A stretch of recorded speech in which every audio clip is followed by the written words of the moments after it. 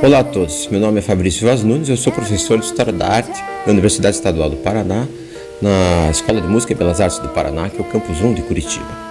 E esse é mais um vídeo da série que eu venho fazendo sobre os temas que nós abordamos nas nossas aulas de História da Arte. Nesse vídeo eu vou falar sobre as ilustrações do artista irlandês chamado Harry Clarke para o livro Contos de Imaginação e Mistério de Edgar Allan Poe. Harry Clarke é um artista muito interessante porque ele viveu num período muito conturbado da história irlandesa, bem na época da sua luta pela independência, em que estava surgindo também culturalmente a questão do chamado Irish Revival, quando os irlandeses estavam buscando valorizar a sua cultura autóctone em contrapartida, como uma forma de valorizar o seu sentimento nacionalista. Harry Clarke está ligado de maneira muito forte a esse contexto, porque ele vai incorporar alguns elementos da cultura celta antiga que ainda existia, que estava sendo recuperada nesse momento, mas ele vai dar uma interpretação muito pessoal para essa questão do Irish Revival. Harry Clarke trabalhava fundamentalmente como vitralista dentro de um contexto religioso, no contexto cristão, católico, porém, quando ele passa a ilustrar os textos de Edgar Allan Poe, ele desvia esses elementos sacros e cria versões profanas, versões heréticas dessas formas que nascem do contexto do vitralismo para, então, se incorporar ao universo bizarro, ao universo macabro de Edgar Allan Poe. Nas ilustrações de Harry Clarke, o que é fascinante é ver o quanto a beleza e o terror e o medo acabam sendo misturados, criando, então, um universo de formas, um universo muito sedutor, com a presença de elementos decorativos excessivos e muitos detalhes que às vezes até mesmo impossibilitavam a reprodução adequada com as técnicas de impressão que existiam na época. Na obra de Harry Clarke, então, a gente vai ter uma interpretação bastante única e que atravessa os tempos, e vai acabar sendo conhecido, inclusive aqui no Brasil, que temos uma edição brasileira que tem essas ilustrações do Harry Clarke e vai ampliando, então, a influência desse artista, infelizmente pouco conhecido, mas que a gente vai tentar entrar um pouco no universo dele nesses próximos minutos.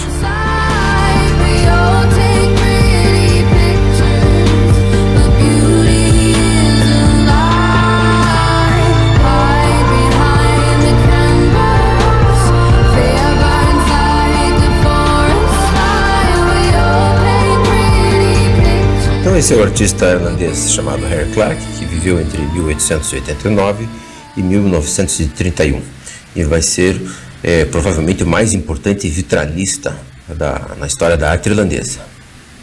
Ele nasceu no dia de São Patrício, que é esse dia tão tradicional, o dia do padroeiro da Irlanda, no ano de 1889, e ele era filho de um fabricante de decorações de igrejas que se especializou em vitrais.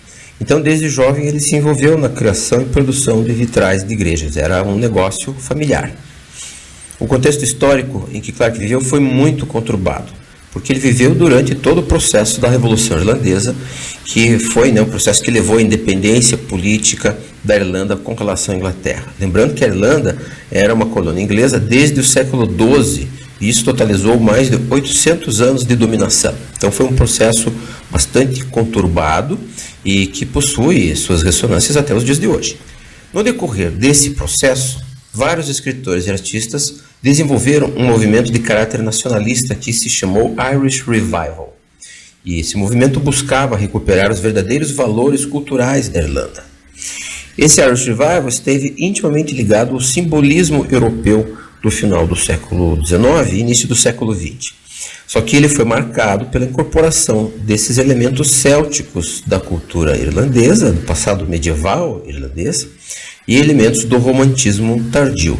No caso do Harry Clarke, a gente tem uma ligação entre o simbolismo europeu e também uma outra vertente artística, que é o chamado decadentismo, que estava ligado muito principalmente a um romance de um autor chamado Joris Karl Huysmans, chamado A Rebours, em português, As Avessas, que conta a história de um nobre que, para fugir da sua sensação de inadequação com relação à vida, ele coleciona uma série de objetos luxuosos, livros, perfumes, obras de arte, joias e assim por diante, e fica imerso nesse mundo alienado que está ligado ao passado, um mundo de luxo que, porém, é um sinal da sua decadência psíquica. Então, o decadentismo tem a ver com essa decadência das classes aristocráticas europeias e as suas consequências psíquicas. Então, vendo uma breve cronologia, né, a gente vê o nascimento dele em 1889, e note-se que 20 anos depois há um episódio importante, que é a criação do periódico chamado Sinn Féin, que no gaélico, né, significa nós mesmos, ou em inglês ourselves, por essa figura muito importante na história irlandesa, que é o Arthur Griffith. E ele vai criar também o selo Denta Inérin, que é um selo que significa feito na Irlanda, com o qual eles marcavam aqueles produtos que eram produzidos integralmente na Irlanda. Isso é importante para eles porque eles buscavam então ter uma independência factual, né? Não depender da Inglaterra para nada. Esse Sinn Féin vai ser um grupo, então, né, criado a partir desse periódico, que vai lutar muito, vai ser muito importante na história da independência irlandesa. Em 1916 vai acontecer o Easter Rising, ou seja, o Levante da Páscoa, que foi a primeira revolta armada de caráter republicano contra o domínio inglês. Foram 485 mortos, entre civis e militares ingleses e irlandeses. Os líderes dessa revolta foram executados como traidores. Foram 15 pessoas que foram julgados como traidores porque a Inglaterra estava em meio à Primeira Guerra Mundial. Então, um levante contra o Estado inglês foi entendido como uma traição passível de execução. O Easter Rising, na verdade, ele não foi muito bem recebido pela população de Dublin. Conta-se que quando eles foram presos, eles eram vaiados, as pessoas atiravam coisas neles das janelas, ovos, esse tipo de coisa. Porém, a execução deles gerou uma grande revolta contra o poder inglês. Os irlandeses acreditavam que não era o caso de executá-los. Então, ele foi um episódio extremamente importante para fortalecer a posição contra o domínio inglês, né, e o apoio, então, aos movimentos de independência. Nesse mesmo ano, Herr Clark publicou os Fairy Tales by Hans Christian Andersen, os contos de fada de Andersen, que Clark ilustrou com ilustrações em cores. Interessante dessas ilustrações que elas eram tão detalhadas que na sua reprodução elas perdem muito da sua qualidade. Os processos de reprodução de obras coloridas na época eles eram muito precários, então eles perdiam bastante na sua reprodução. E também em 1916 é que vai ser consagrada a Ronan Chapel, na cidade de Cork, que tinha vitrais do Herr Clark e de uma associação chamada Antur Glane, que era ligada ao movimento Arts and Crafts irlandês e dirigida por uma aristocrata chamada Sarah Purser, que contratou então para organizar essa produção o instrutor inglês Alfred Ernest Child. Então, essa produção de vitrais, ela fez parte desse movimento do Irish Revival nas artes visuais, porque a Ronan Chapel foi uma obra inteiramente concebida para expressar os valores da arte irlandesa, baseada no seu passado celta. Em 1919, o Sinn Féin, tendo obtido uma ampla maioria nas eleições de 1818, vai declarar a independência da Irlanda. E vai criar, então, o Dáil Éireann, que é o parlamento irlandês, desligado de qualquer obrigação com a Inglaterra. Até então, os parlamentares irlandeses eram eleitos na Irlanda e participavam do parlamento inglês, em Londres. Com a criação desse parlamento irlandês, isso afirma, então, a independência política total da Irlanda com relação à Inglaterra. Isso não vai acontecer sem resistência. Vai se seguir então a Guerra da Independência Irlandesa, que foi uma guerra com características de guerrilha, sem grandes combates numerosos, mas sim pequenos ataques locais, e essa guerra vai se estender até 1921. Nesse mesmo ano será assinado o Tratado Anglo-Irlandês, em que a Inglaterra reconhece a criação do assim chamado Irish Free State, o Estado Livre Irlandês.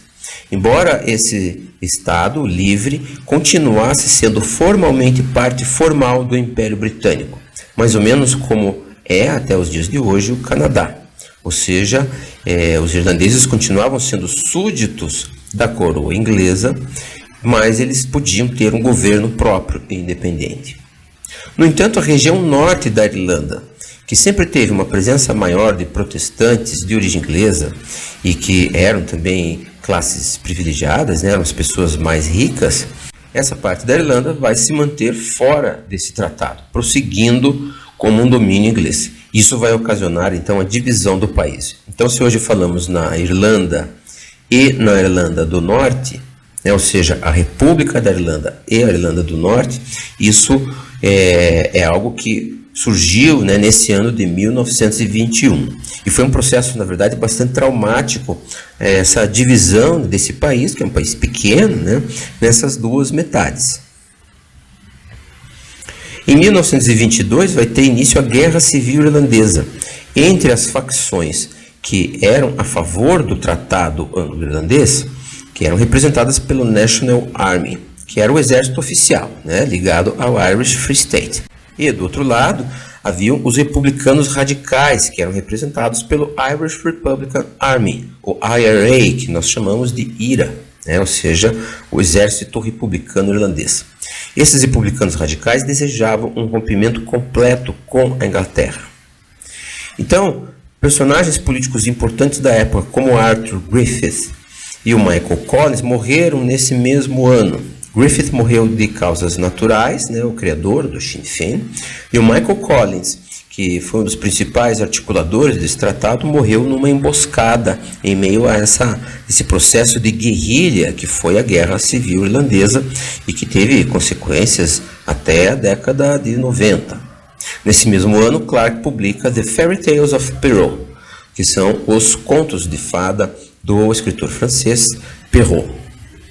Então vejam que ele está publicando tudo isso em meio, né, a todos esses acontecimentos históricos bastante violentos no país dele. E em 1923 o fim da Guerra Civil Irlandesa com vitória das forças governistas. Um dado interessante é que a Guerra Civil Irlandesa matou mais gente do que a Guerra de Independência da Irlanda com relação à Inglaterra. Então foi um processo todo muito traumático para o país como um todo. Em 1925, Clarke publica o Fausto, do Goethe, e ele vai receber a encomenda da Geneva Window, que é um vitral com ilustrações de 15 autores irlandeses. Esse vitral é muito interessante na história do Harry Clarke, porque ele vai ser finalizado em 1930, porém ela jamais será aceita pelo Irish Free State, que considerava a obra imoral, porque haviam sugestões sensuais e havia presença de mulheres nuas, coisas que seriam consideradas hoje realmente muito irrelevantes, mas o Estado Livre Irlandês era um Estado extremamente conservador. Veja-se que em 1931 morre Harry Clarke, e em 1937 o Irish Free State passa a se denominar oficialmente Ireland, República Soberana e Independente. Vejam então que esse processo todo foi um processo bastante longo. Voltando um pouquinho, foi em 1919 que o Harry Clarke, né, no mesmo ano da independência declarada pelo Sinn Féin, né, no início do processo de guerra então da Irlanda contra a Inglaterra, que Harry Clarke vai ilustrar os contos de Edgar Allan Poe. E essas ilustrações vão transformar Clarke, que já era conhecido como um vitralista, em um ilustrador também bastante importante, um ilustrador famoso. Outro dado interessante é que Clarke publica suas obras ilustradas todas na Inglaterra. Então isso mostra que ele tinha uma posição que não era exatamente uma posição de um nacionalismo mais radical. Ele não se importava em publicar na Inglaterra, mesmo com esse processo todo acontecendo. Então esse processo da independência irlandesa, ele também é muito dúbio, né? Muitas pessoas na própria Irlanda não apoiavam a ideia da independência porque eles achavam que eles tinham mais vantagens fazendo parte da coroa inglesa. E então você tem posições as mais diversas. E narram os historiadores que havia casos de uma mesma família, de um soldado que havia lutado, né, em favor da Inglaterra na Primeira Guerra, e na mesma família o irmão dele podia ser alguém que participou do Easter Rising. Então por aí a gente começa a imaginar quanto foi conturbado esse processo todo. O trabalho do ilustrador de Harry Clarke começa bastante cedo, já em 1913, essa ilustração para um poema do William Butler Yeats. William Butler Yeats é um autor muito importante para o Irish Revival, porque ele vai escrever um livro chamado The Celtic Twilight, ou seja, o ocaso, o pôr do sol celta, em que ele vai contar várias histórias de lendas do povo das fadas, que eles chamam de Shie.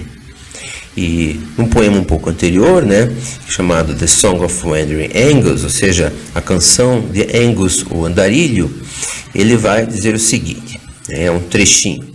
When I had laid it on the floor, I went to blow the fire aflame. But something rustled on the floor and someone called me by my name.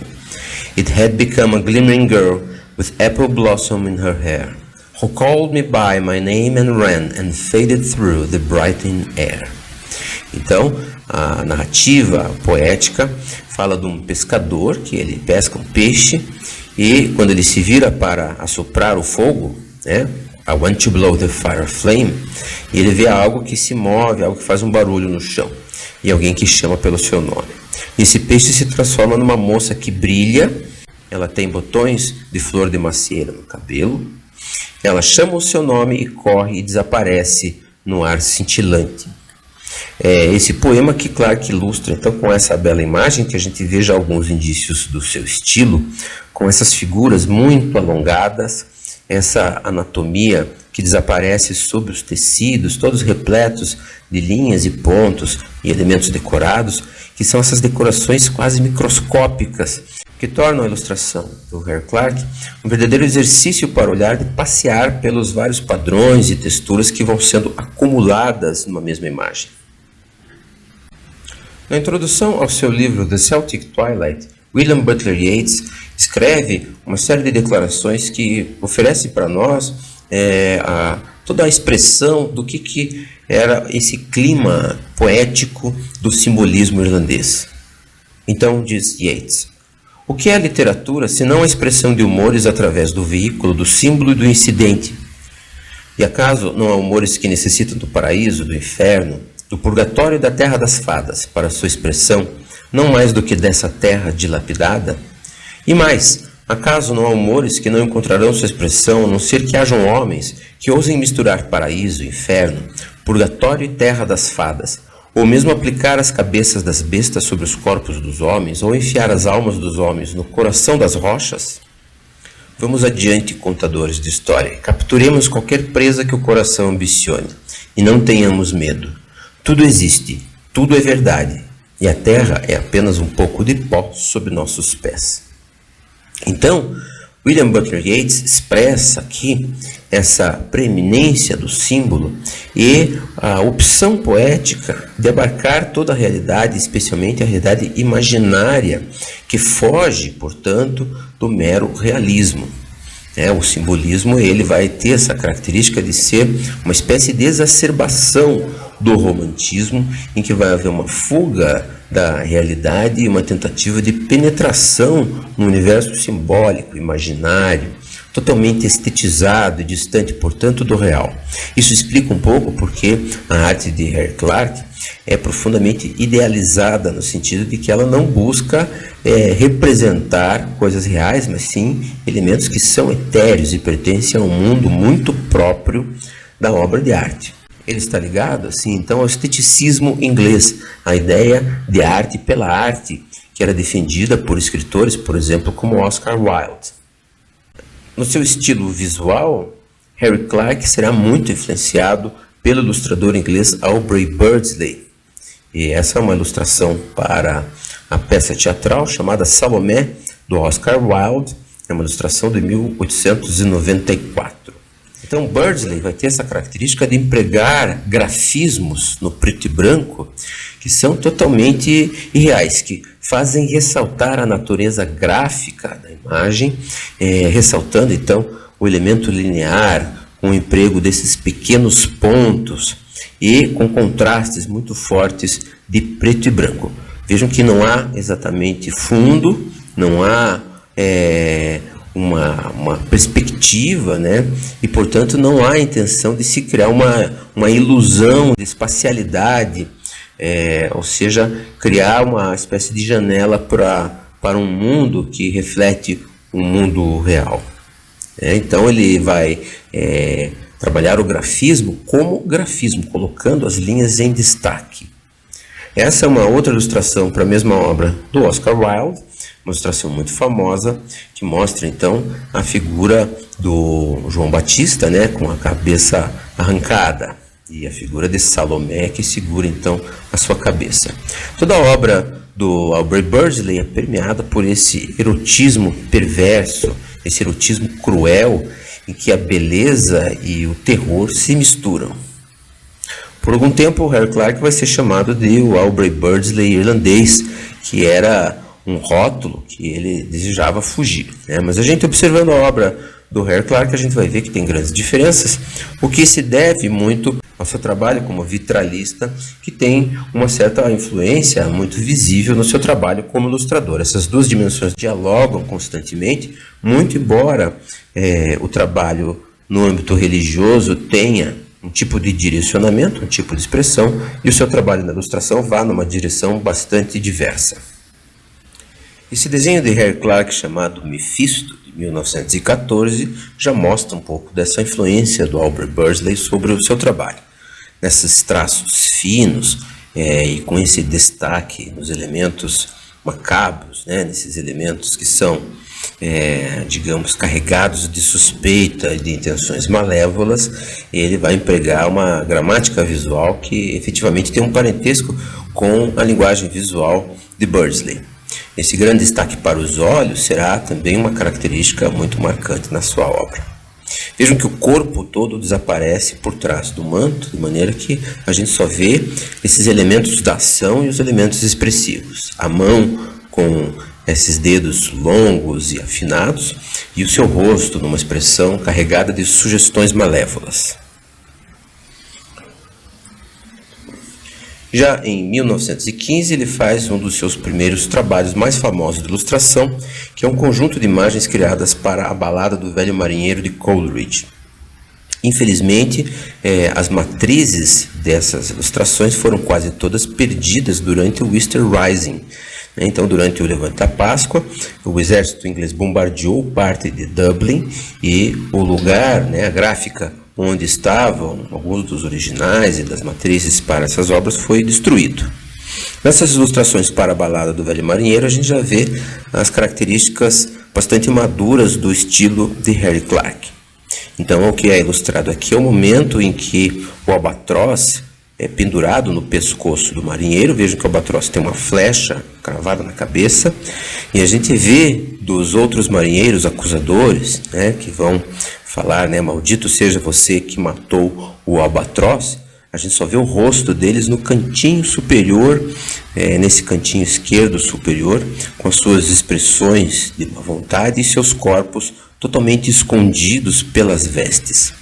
Também o excesso de linhas, esse excesso decorativo com que ele dedica-se a representar as cordas do navio, o padrão do madeirame, as penas do albatroz, a própria corda com que ele está pendurado no pescoço do narrador do poema, já mostra como ele se afasta de uma gramática visual mais tradicional, ou seja, perspética. Quase não percebemos a perspectiva. O olhar se perde em meio a todos esses padrões, todas essas linhas, todo esse excesso decorativo. É esse excesso decorativo que coloca ele em contato com um decadentista como o Huysmans, daquele romance A Rebours, porque Harry Clarke será então um grande investigador desses padrões visuais, padrões de tecido, de penas e todo tipo de elemento que vai enriquecer, tornando a obra saturada de informação visual, saturada de luxo e de riqueza. Por outro lado, ele se dedica também a verdadeiras fantasias visuais, como é o caso dessa ilustração também para a Balada do Velho Marinheiro, que se refere a uma frase do poema em que o marinheiro diz que, apesar de ter escapado, digamos, daquela situação, ele sempre se vê assombrado pela possibilidade de algo macabro, de algo ruim acontecer com ele. Então a gente tem alguns elementos que são aqui diretamente ligados à estética dos grafismos celta, de obras como o Livro de Kells e o Evangelho de Lindisfarne, com todos esses elementos de entrelaçado. Vejam que não há nenhum compromisso com qualquer tipo de realismo. E daí nós temos ao redor vários elementos que são da ordem do imaginário, como esses grandes globos oculares que estão misturados a padrões decorativos, né, como esse padrão aqui em forma de gota, e outros elementos anatômicos, como esse rosto macabro de um bebê, que não está referido no texto de maneira nenhuma. Então, Harry Clarke se deixa levar, né, por uma imaginação, que é uma imaginação de caráter quase doentio, em que a gente vê um rosto de um monstro e outros elementos sugestivos ligados à anatomia, mas que se misturam a elementos decorativos. E outros elementos que estão presentes nessa ilustração são quase que totalmente incompreensíveis, como é o caso dessa forma cintilante formada por esses pequenos pontos brancos e que a gente fica imaginando se é algum monstro marinho, enfim, o olhar não consegue delinear exatamente o que nós estamos enxergando. Essa dúvida sobre o que está representado se relaciona diretamente à ideia do fantástico, porque o fantástico na literatura tem muito dessa característica de colocar o leitor em dúvida, deixar o leitor em suspensão, no sentido dele não compreender exatamente se aquilo que está sendo narrado é real, dentro da realidade proposta pelo texto literário, ou se trata de um elemento imaginário, algo que está sendo imaginado por narradores que têm problemas psicológicos, narradores que estão sob influência de elementos de alteração de consciência e assim por diante. A grande obra de vitral do Harry Clarke, Ronan Chapel, vai ser algo que vai deixar ele muito famoso na Irlanda. Então essa aqui é a fachada dessa pequena capela na cidade de Cork. Essa igreja foi consagrada em 1916 e ela tem todo esse aspecto sóbrio de um estilo que eles chamam de hiberno-românico. Hiberno vem de Hibérnia, que é o nome como os romanos chamavam a Irlanda, e o românico é o estilo medieval, né, que imperou do século X até o século XII, em alguns locais até o século XIII. Esse estilo é caracterizado por paredes muito pesadas, pelo uso de arcos plenos, né, ou seja, por arcos de meia volta, e por grossas paredes. Esse estilo ele vai ser eleito pelos defensores do Irish Revival como o verdadeiro estilo irlandês, como um estilo que estaria então fazendo reviver as origens celtas e cristãs da formação da Irlanda. É preciso pensar que a Irlanda foi cristianizada por volta do século V ou do século VI pela figura de São Patrício. E a Irlanda vai se tornar um local onde vão se fundar vários monastérios e vai se tornar um grande centro de estudos teológicos e do latim. Então, a Irlanda foi fundamental no início da expansão do cristianismo para a manutenção do latim tal como ele era falado em Roma, porque nesse processo de dissolução do Império Romano, o latim foi se transformando e dando origem às várias línguas ditas românicas, como o português, o espanhol, o francês, o italiano. E na Irlanda manteve-se então, através desses centros de estudo, o conhecimento de um latim mais puro, de um latim mais próximo do latim clássico. Então James Joyce, o grande escritor moderno irlandês, vai chamar a Irlanda da Ilha dos Santos e dos Sábios, exatamente porque ela tinha esse passado muito ligado ao conhecimento cristão e ao desenvolvimento da cultura escrita. A fachada da Ronan Chapel é uma fachada efetivamente muito simples, muito sóbria, que tem essas características muito próprias das igrejas irlandesas, feitas dessa pedra cinza. Ao entrar nela, no entanto, a gente é colocado diante de uma verdadeira sinfonia de cores que é proporcionada pelos vitrais. Esses vitrais representam vários santos, que são santos irlandeses, são santos que são desconhecidos aqui no Brasil, e cada um com a sua história, com a sua mitologia. Então nós vemos aqui esse grande uso da cor, né, que é uma das características muito fortes do vitral, e que o Harry Clarke vai explorar, então, de maneira bastante original. Os santos de Harry Clarke são quase ameaçadores, num certo sentido, porque eles colocam esses santos numa posição de frontalidade e, ao mesmo tempo, inclui uma série de detalhes. Ele basicamente tortura o vidro para colocar em cada janelinha, em cada um dos cloisons, que é o nome de cada uma dessas células de vidro, diferentes padrões e diferentes cores. Então é um tipo de trabalho que faz o olhar efetivamente se perder em meio a essa sinfonia de símbolos e de formas. Na expressão de Santa Ita, a gente vê então essa posição de frontalidade com as mãos postadas, né, sobre os ombros, e ela fita diretamente o espectador. Várias outras cabeças, vários outros personagens aparecem então nos vários lugares, criando assim um processo de leitura que é bastante longo, bastante demorado.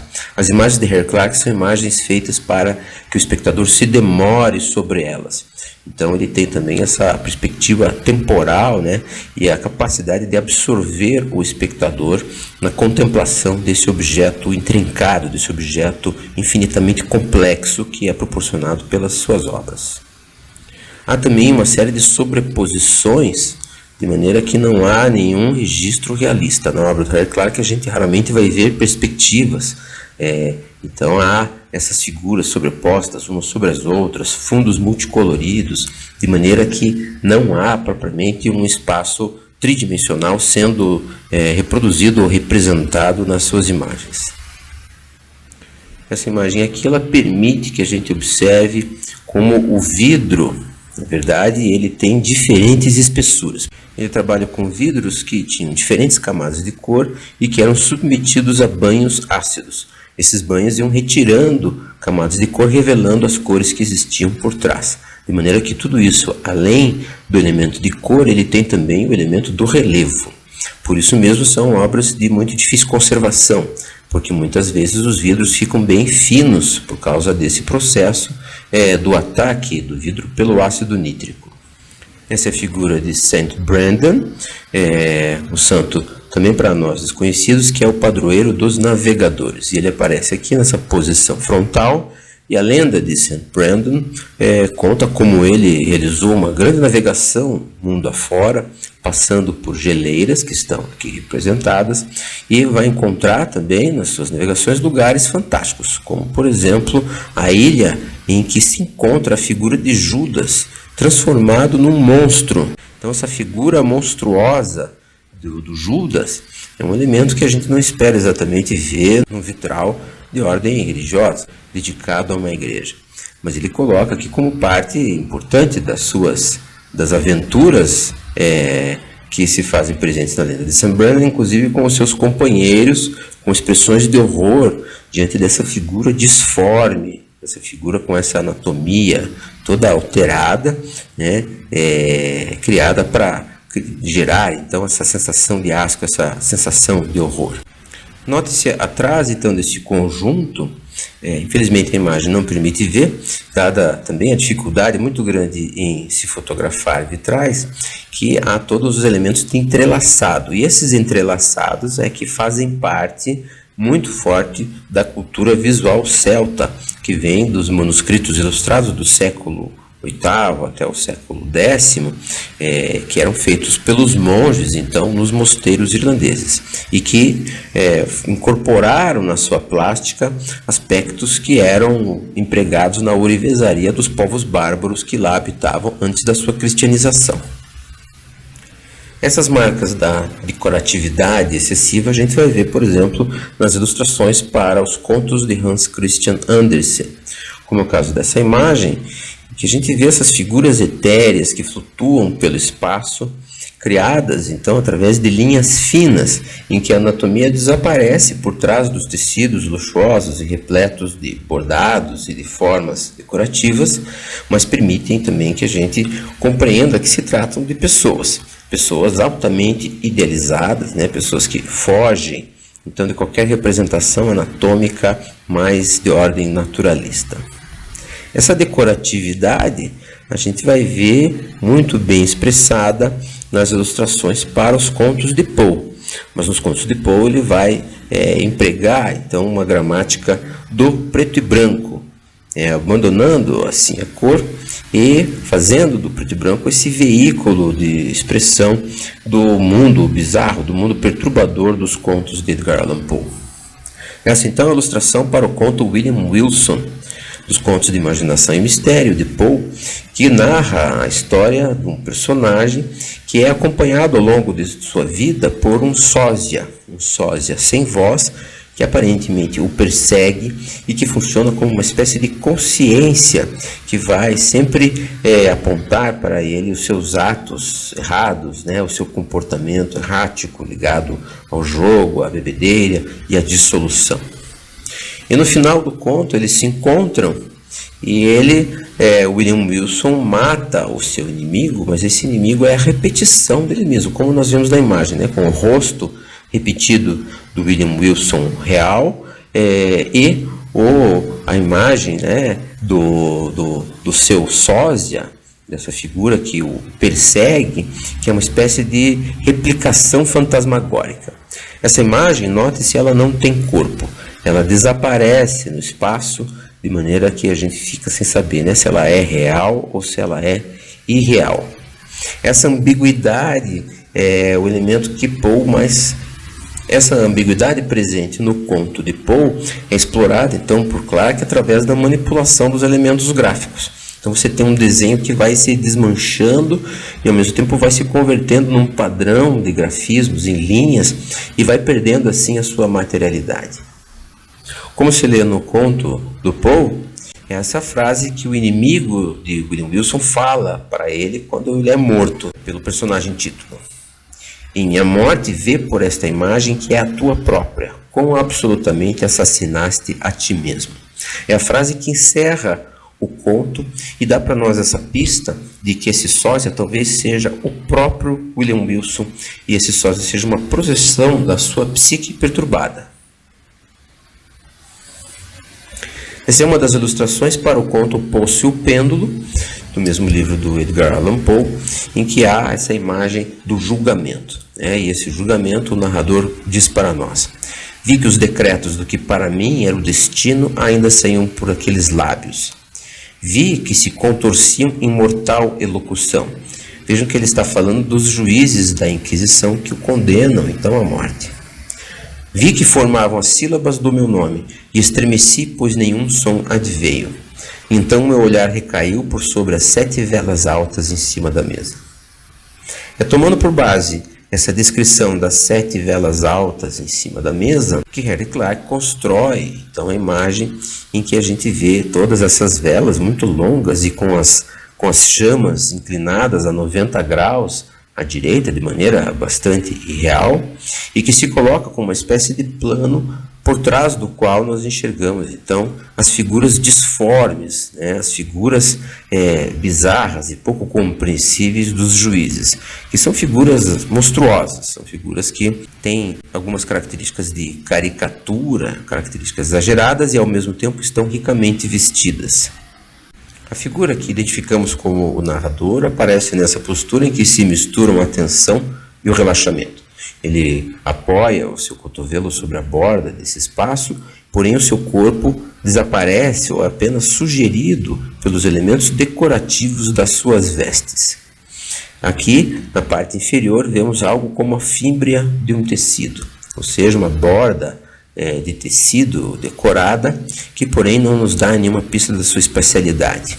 É como se o personagem estivesse então imerso nessa escuridão, que é a escuridão na qual ele será colocado, né, nesse lugar de tortura, então, e que vai sendo descrito no conto minuciosamente a partir da perspectiva de alguém que está num local extremamente escuro, no qual ele não vê nada.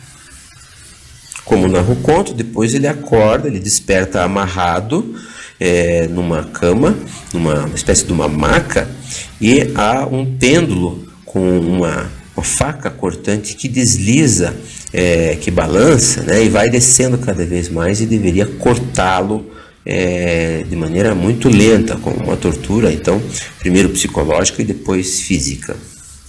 E Eric Clarke representa o seu personagem aqui no momento em que ele escolhe, ou ele decide, então, um estratagema para conseguir se livrar, em que ele pega parte da comida que foi oferecida, e há uma carne, né, nessa comida, e ele esfrega nas tiras de couro em que ele está amarrado. Vejam que o personagem parece muito mais vestido do que propriamente amarrado nessas tiras de couro, que se transformam quase que num manto ornamental. O pêndulo, que quase não é exatamente ameaçador, porque ele parece bastante estático, está aqui representado em contraposição, colocando toda a imagem numa situação de instabilidade, empregando então todas essas diagonais para criar essa situação que é de ameaça e perigo.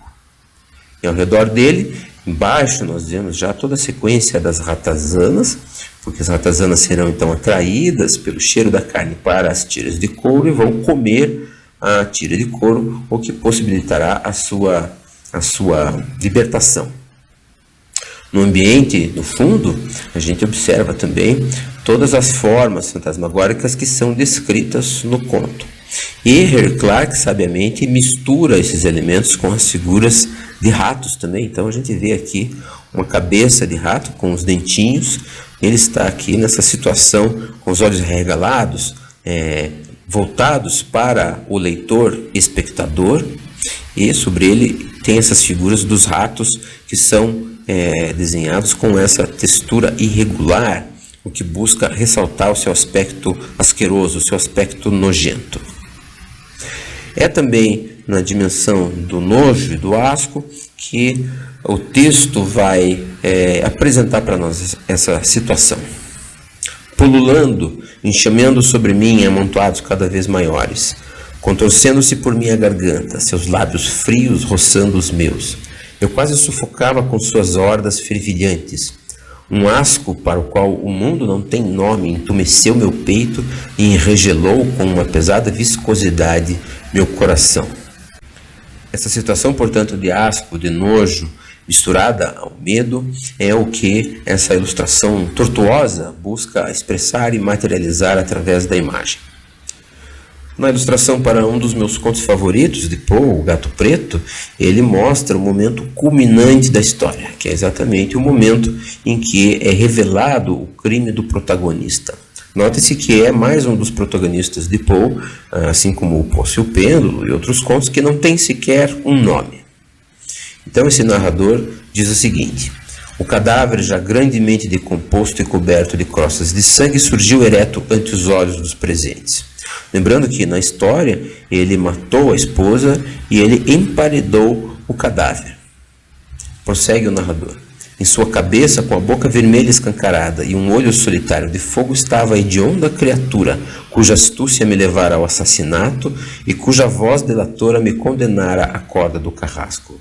Eu emparedara o monstro dentro da tumba. Então, o momento em que ele é descoberto por aqueles que investigam a desaparição da sua esposa, através dos miados, dos sons que saem por trás da parede. Esses sons, aliás, eles não são nem identificados como miados a princípio, são descritos como sons aterradores e incompreensíveis.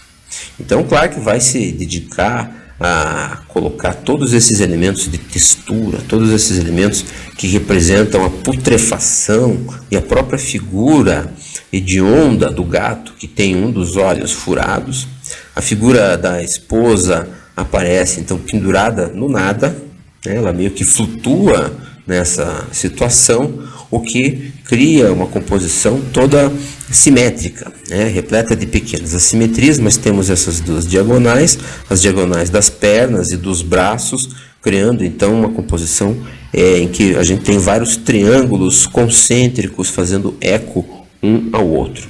Essa composição dramática conduz o nosso olhar para a parte inferior e coloca-nos diante então da expressão ensandecida do narrador, desse assassino, cujos dentes brancos se destacam em meio à sua boca escancarada, à medida em que ele grita em desespero e é contido de forma bastante delicada, na verdade, pelos seus espantados acompanhantes, por aqueles que estão então nesse local.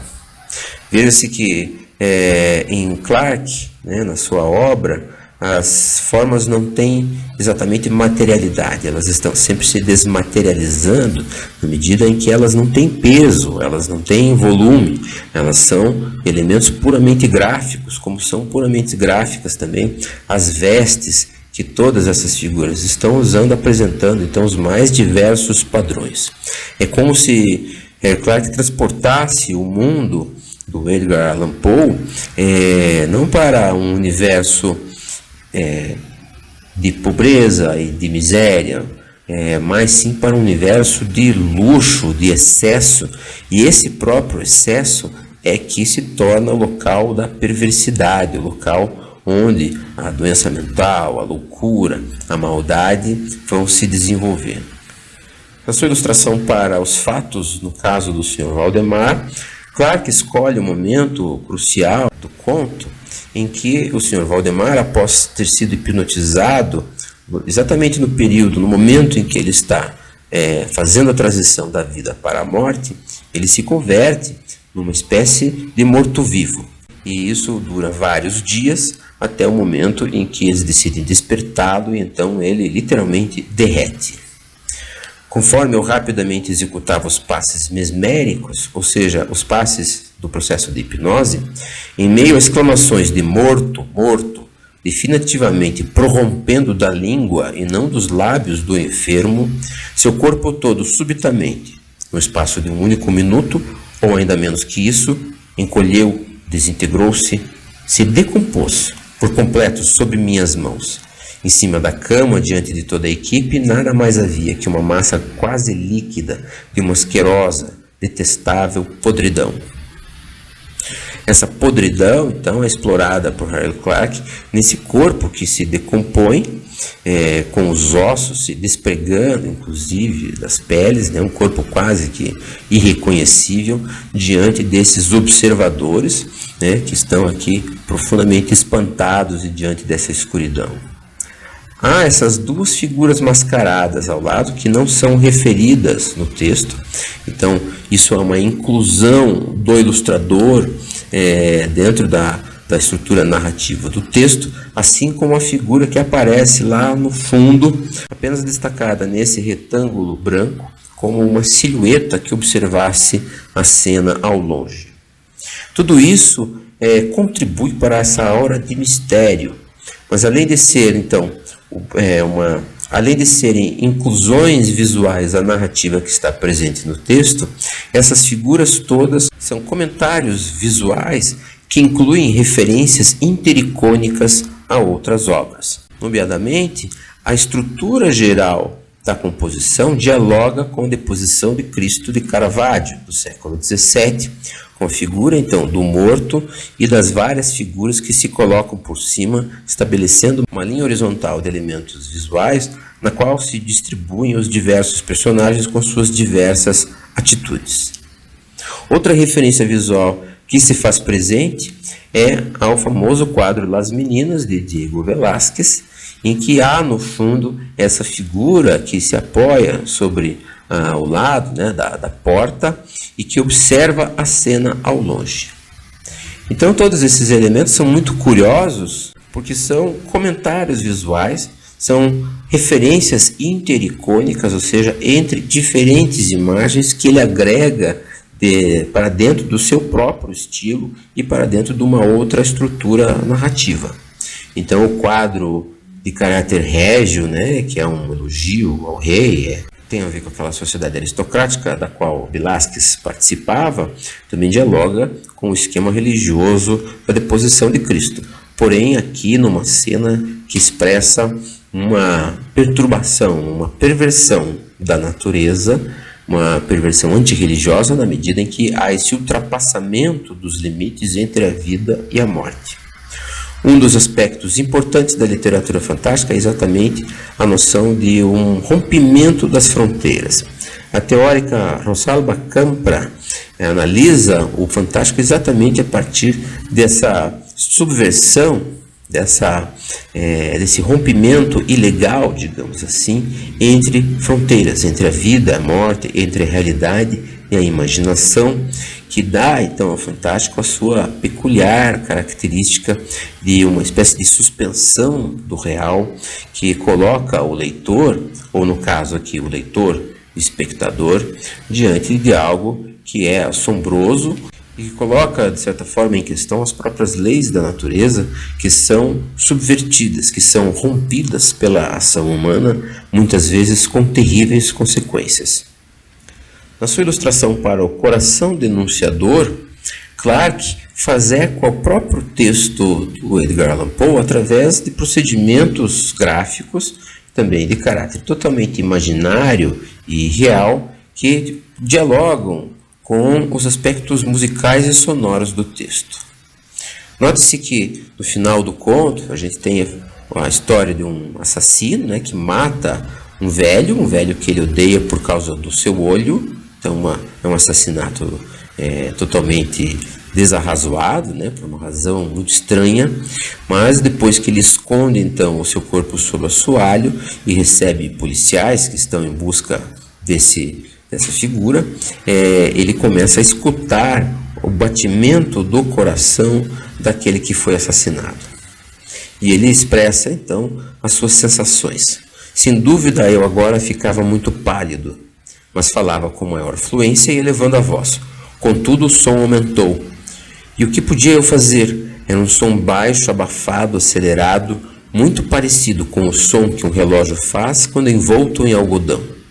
Fiquei sem ar, e contudo os policiais nada ouviam. Falei com maior rapidez, com maior veemência, mas o ruído aumentava e aumentava.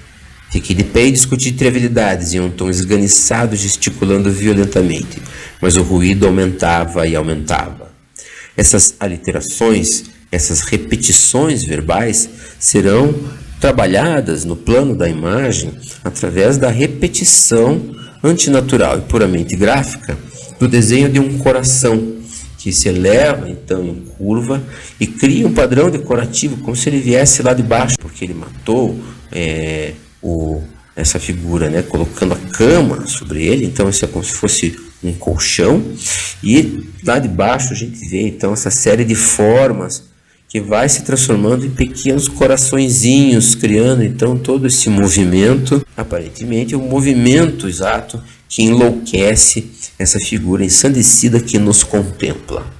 Essa contemplação do protagonista, desse protagonista ensandecido com relação ao leitor espectador, ela tem um paralelo, né, tem o seu paralelo muito forte com as figuras religiosas. Também os santos de Harry Clarke olham para nós espectadores, e os loucos e os assassinos de Poe também nos contemplam. Talvez por isso a presença obsessiva nos desenhos de Clarke do olho. Então nós temos aqui esse globo ocular, que é um elemento decorativo, né? Um elemento que não faz parte de nenhuma representação realista, de forma semelhante àquela ilustração para a balada do velho marinheiro. Então ele cria com essa relação de um olhar materializado num bizarro globo ocular que olha para nós, essa relação entre nós, espectadores, e a imagem que parece dialogar então com aqueles que a observam. Esse decorativismo excessivo da imagem é o que nós vemos na ilustração para o Barril de Amontillado, dos Contos de Imaginação e Mistério de Edgar Allan Poe, que conta a história de um sujeito que decide prender um desafeto seu em uma catacumba, né, e depois emparedá-lo. Aliás, a noção de emparedamento, a noção dessa restrição de movimentos, assim como a ideia do enterro prematuro, né? Ou seja, você ficar preso dentro do caixão, é uma ideia recorrente em Edgar Allan Poe. É uma verdadeira obsessão que está presente nos seus contos. O foco central da ilustração é a figura de Fortunato, o desafeto do narrador, que será assassinado cruelmente por ele, sendo encerrado nos porões de uma antiga construção. O fato da história se passar no carnaval é a desculpa para Clarke fazer a vestimenta de Fortunato repleta de padrões diferentes, de guizos, e fazer também a referência a essa situação com esse chapéu, né, repleto de guizos, que é parte da fantasia do personagem. A figura de Fortunato é incluída dentro de um ambiente que se torna claustrofóbico por conta do uso dos diferentes padrões visuais para construir, então, o resultado das infiltrações, como se fossem essas estalactites sobre o teto. E no canto superior direito vemos a figura do narrador, do assassino, que contempla então a sua vítima. Em todas essas ilustrações do Clarke para os contos de Poe, há uma certa característica de que Clarke escolhe um momento que ele considera o culminante da narrativa. Nesse caso, ele escolhe o momento do emparedamento e desse olhar atônito quando Fortunato parece se recuperar então da bebedeira e tomar consciência do que está acontecendo. No texto se lê: no momento seguinte eu o agrilhoara ao granito. Na superfície rochosa havia 2 grampos de ferro cerca de meio metro distantes um do outro, horizontalmente. De cada um deles pendia uma curta corrente, do outro um cadeado. Passar a corrente em torno de sua cintura foi obra que não me tomou mais que alguns minutos. Ele estava atônito demais para resistir. Note-se que em Poe há sempre, na descrição desses assassinatos, um certo grau de detalhismo. Ele descreve detalhadamente todos os passos do crime para que o leitor acompanhe esses fatos, acompanhe então as intenções malévolas do assassino. E essa descrição exagerada, ela é de certa forma respondida pelo ilustrador através desse excesso decorativo, desse excesso de detalhes que também a ilustração possui. Também na sua ilustração para a Máscara da Morte Vermelha, Harry Clarke escolhe o momento culminante da narrativa, quando o misterioso personagem que invade o baile oferecido pelo soberano arrogante que decide fazer uma grande festa em meio a uma epidemia, coisa que nos traz, à mente os fatos atuais, enquanto os pobres morrem em volta desse ambiente luxuoso, e essa figura é colocada então numa posição de destaque, exibindo a máscara que ele retira e revelando então que ele é também uma vítima dessa peste horrenda, para espanto dos demais personagens que são colocados ao fundo. Harry Clarke coloca o relógio nessa seção esquerda da composição, denotando então esse momento trágico que é acompanhado, e curiosamente a figura parece sair de dentro do próprio relógio. Isso é algo que não é exatamente referido no texto, mas as faixas dessa roupa, as faixas que envolvem essa personagem putrefata, elas saem do relógio e tornam-se parte então da ação dessa exibição da máscara horrenda que vai então apavorar e levar todos os demais convidados à morte. É quase uma posição gloriosa e algo sedutora também, pela qual essa figura se expressa corporalmente. No texto se lê ao seu final: e agora era reconhecida a presença da Morte Vermelha. Ela entrara como um ladrão na calada da noite. E um a um tombaram os festivos convivas nos salões orvalhados de sangue de sua festa, e morreram um a um na posição de desespero em que tombaram. E a vida do relógio de ébano se extinguiu junto com a do último folião, e as chamas dos tripés expiraram, e as trevas e a dissolução e a morte vermelha estenderam seus ilimitados domínios sobre eles todos. Note-se que a prosa do Poe, ela tem esses aspectos que eu diria quase ritualísticos, como se fossem a enunciação de uma maldição, a enunciação de uma fórmula ritual, de uma fórmula mágica. Ele se aproxima assim da prosa, por exemplo, de William Blake, com esses termos em letras maiúsculas, gerando então essa ressonância poética de um fato cataclísmico que atinge a todos. E ele associa também a vida do relógio de ébano junto com a vida do último folião. Um pouco por isso é que o Clarke coloca essa figura como que saindo de dentro, né, estando diretamente ligada a esse relógio. Interessante notar como todo ilustrador ele escolhe alguns elementos do texto e coloca eles em destaque através da ilustração. Então, talvez isso que tivesse ficado desapercebido ao leitor passa a se tornar um elemento mais importante, né, por causa da ilustração. De certa forma, a ilustração conduz também a leitura e faz com que o leitor preste mais atenção em alguns elementos que não parecem a uma primeira vista assim tão importantes. Essa é a tônica também da ilustração para Morella, dos Contos de Imaginação e Mistério, que tem nesse excesso decorativo, quase como se fosse uma tapeçaria, quase como se fosse uma peça decorada, essa relação muito íntima com o texto. Porque no texto, afinal de contas, nós vamos ler essa repetição de elementos. Então, o final do conto é assim: anos podem se passar, mas a lembrança dessa época nunca. Eu não era de fato ignorante das flores e da vinha, mas a cicuta e o cipreste lançavam sua sombra sobre mim noite e dia. E não guardei cômputo algum de tempo ou lugar, e as estrelas de meu destino apagaram-se no céu, e desse modo a terra se cobriu de trevas, e seus vultos passaram por mim como sombras esvoaçantes.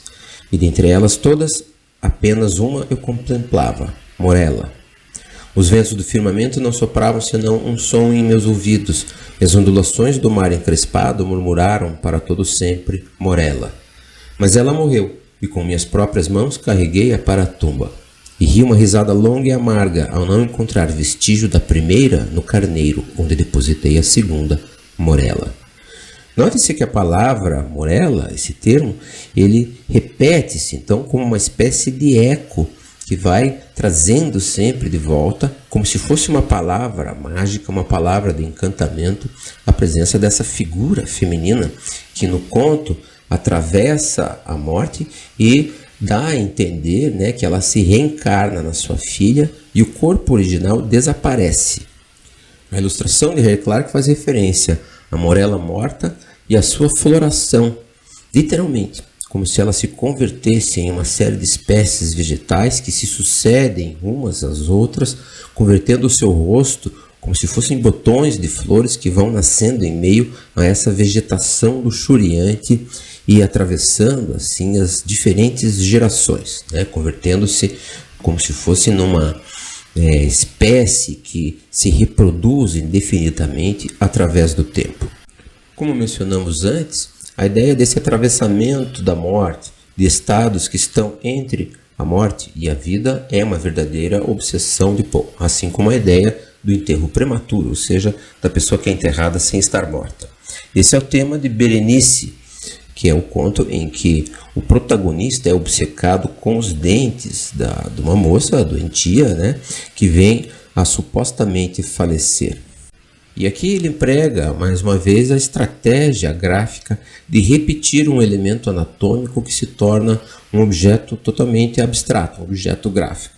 Vemos então pequenas boquinhas, que são as boquinhas de Berenice, os dentes, que são a obsessão desse personagem que nos contempla, então, com esse rosto ensandecido.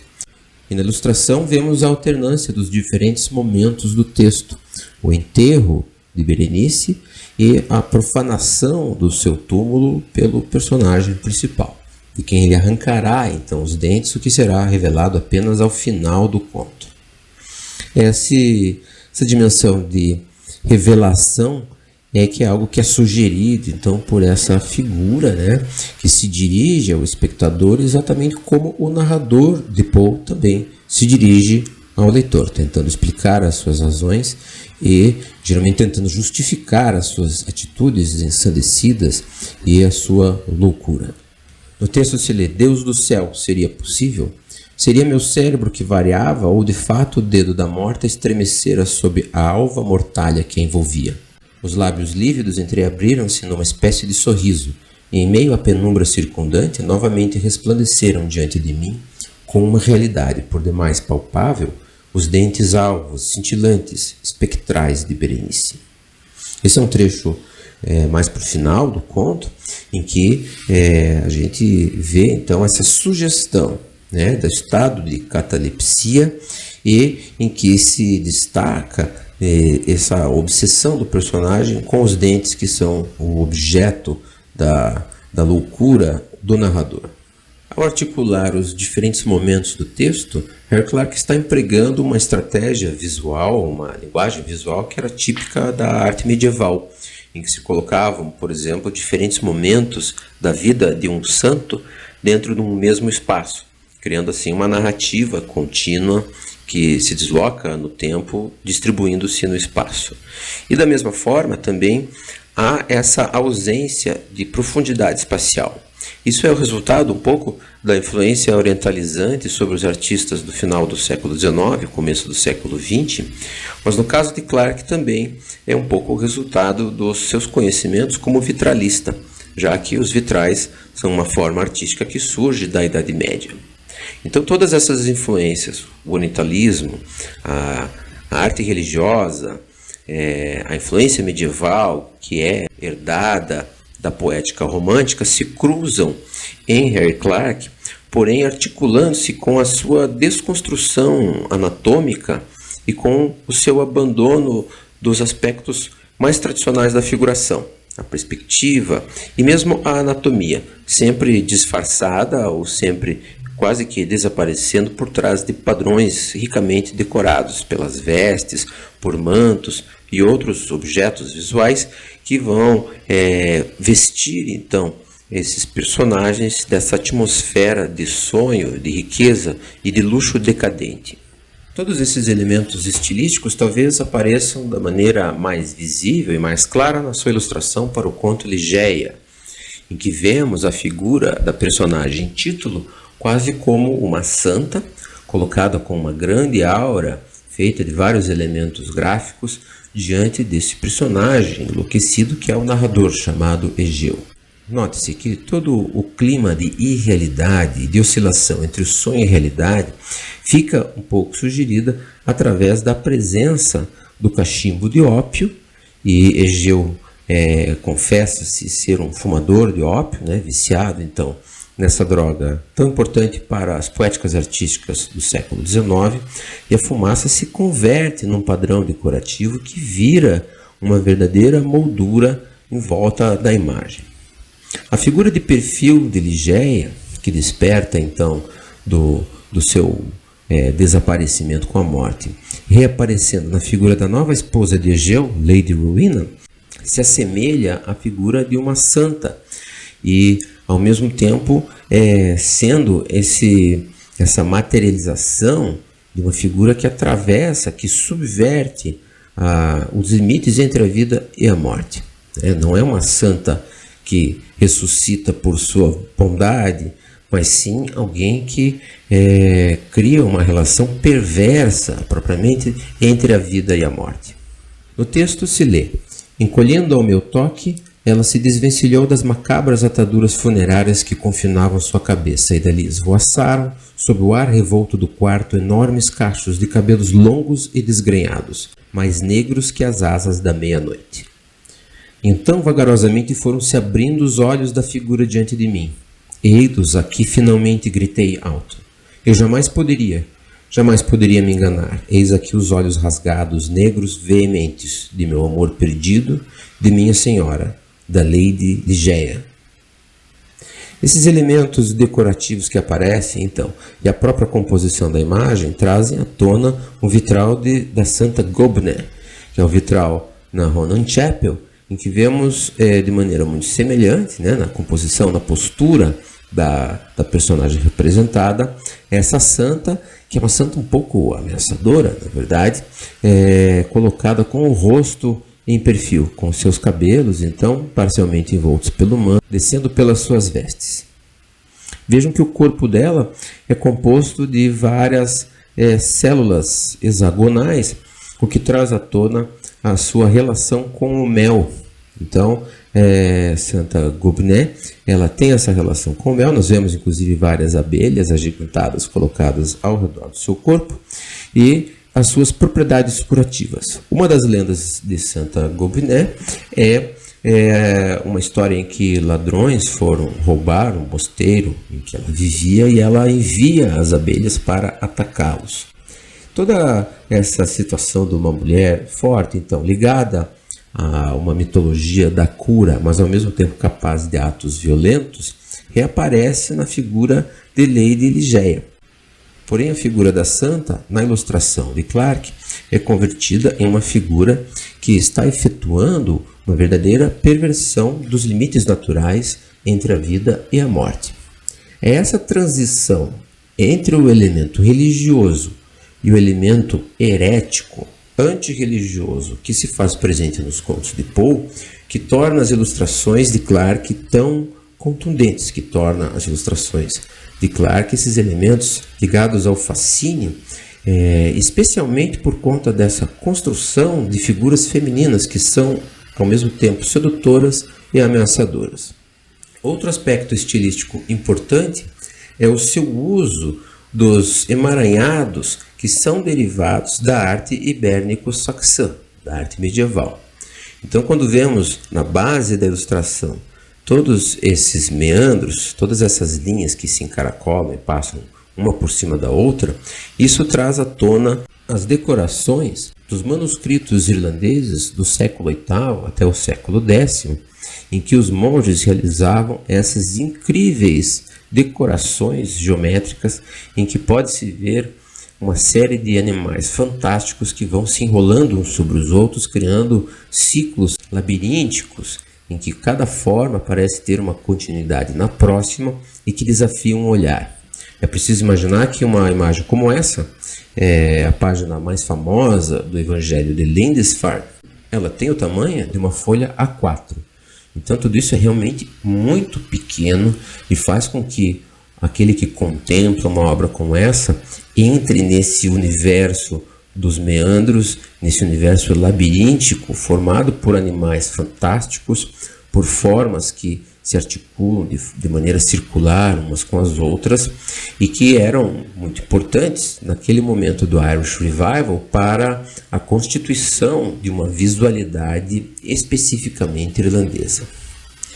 Harry Clarke não é o maior seguidor, ele não emprega exatamente como um modelo esse tipo de composição, mas ele vai usar elementos muito semelhantes, especialmente nessa publicação chamada Ireland's Memorial Records, que é um registro do nome dos soldados irlandeses que morreram na Primeira Guerra Mundial.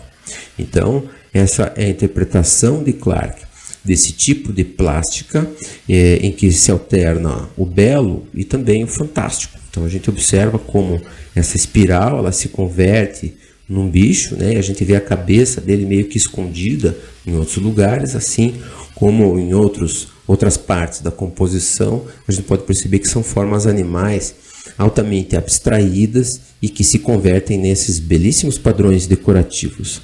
Nessa publicação tratava-se exatamente de louvar a alma irlandesa, tanto que na base dessa ilustração a gente tem uma representação da Irlanda como uma moça com uma harpa, acompanhada de um cão e também com a presença de um castelo, né? E a Irlanda é toda repleta de castelos e tratava-se, portanto, de recuperar nos tempos atuais essa alma irlandesa do passado. Quando olhamos, porém, para a ilustração de Ligeia, nota-se que esses meandros estão como que se desmanchando, como se a forma desses padrões decorativos estivesse sendo comprometida e precisamente corrompida dentro da narrativa proposta por Edgar Allan Poe. Na sua ilustração para Ligeia, então, Harry Clarke reúne todos os elementos que estão na base da sua poética: a influência dos vitrais, a influência da arte religiosa e a sua reinterpretação em chave perversa, em chave maldosa, que emprega os mesmos elementos presentes nos manuscritos medievais da arte ibérnico-saxã, porém decompondo-os, denotando assim a sua crise, denotando assim o fato de que o elemento religioso passa a se tornar um elemento perverso, da mesma forma que a beleza se torna ameaçadora e macabra. Com essa imagem, encerro essa breve apresentação das ilustrações de Harry Clarke para os contos de imaginação e mistério de Edgar Allan Poe. Agradeço a todos pela audiência, desejo a todos sorte, felicidades e saúde, e até a próxima.